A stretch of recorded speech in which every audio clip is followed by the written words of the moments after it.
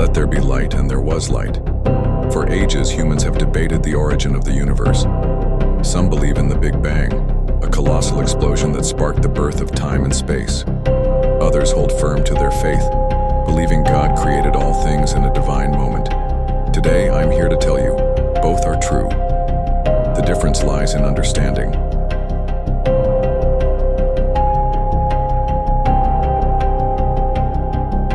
The Big Bang wasn't separate from God. It was His will in motion, a glimpse of His unmatched power, igniting the cosmos into existence. From that explosion came the blueprint for creation. But Earth, the world you now know, would not take shape for another 10 billion years. Every 10 billion years, our creators start over and the cycle repeats itself. We are the first of His creation.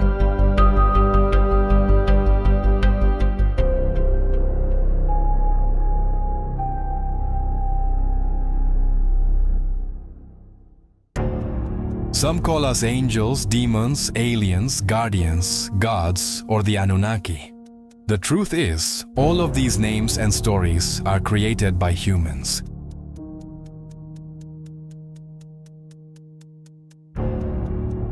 This story is not for you to like or even believe. I'm just here to unplug your mind from the matrix and clean up the virus inside the human program.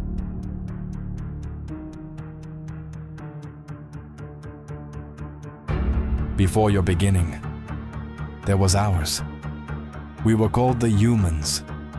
Our story began in paradise, a place where light touched every corner of the land and rivers flowed with color. The skies sang with two suns and life bloomed in perfect harmony. Our creators, beings of knowledge and grace, walked beside us. They taught us everything: language, logic, energy, empathy. They gave us tools not only to survive, but to thrive.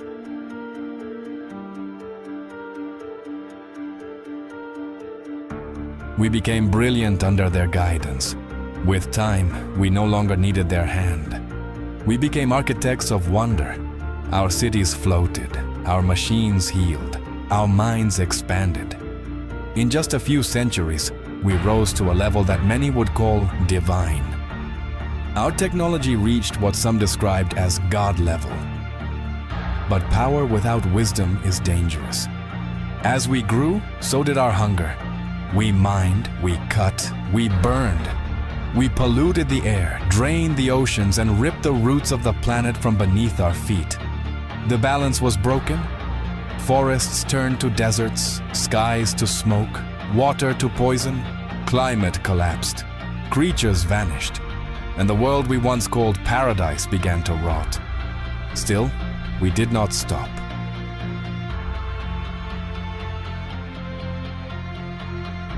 The rich humans, those with access to surviving knowledge, abandoned the idea of fixing the planet. Instead, they turned their eyes to science and escape. They asked, what if we could start again? What if we could create life, not through intimacy or birth, but from the soil itself? What if we could grow humans like plants? And maybe, one day, we could build a new world, one untouched, one perfect.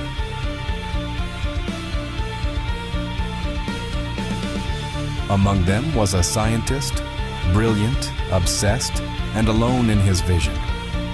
He started a secret division known only as Project Organs. The goal? To recreate life from scratch. Not clones, not machines, something new and divine. He succeeded, almost. He built lungs that could filter radiation, hearts that pulsed without fail, kidneys, livers, veins of artificial plasma. His creations were beautiful, functional, alive in every way, except one. They had no soul, no conscience, no mind. What he could not replicate was the God brain, the conscience, the spirit, thyself. He named his creation HI, human intelligence. It was not artificial, it was not human. It was something new, but created in his image. The first model was named Adam, the next evolution. The world feared it. Many believed if he finished it, if HI was brought to life, it would rise above us. That one day, HI would no longer serve, but rule. That they would destroy us.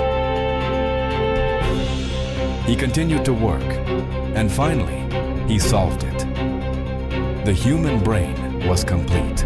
He traveled far beyond the collapsed orbits of the human solar system and discovered a planet, untouched, clean, fertile, a place like the world from which he came. There, in the silence of alien soil, he planted the final version of his work. Organ seeds carrying the blueprint of a complete being, not born, but grown. 8 days later, Adam awoke. The first of his kind, the first human intelligence, flesh and bones with blood pumping through his veins. But Adam was alone. So the scientist gave him another, Eve. This is where your story begins. So what's next? Maybe we should start naming everything.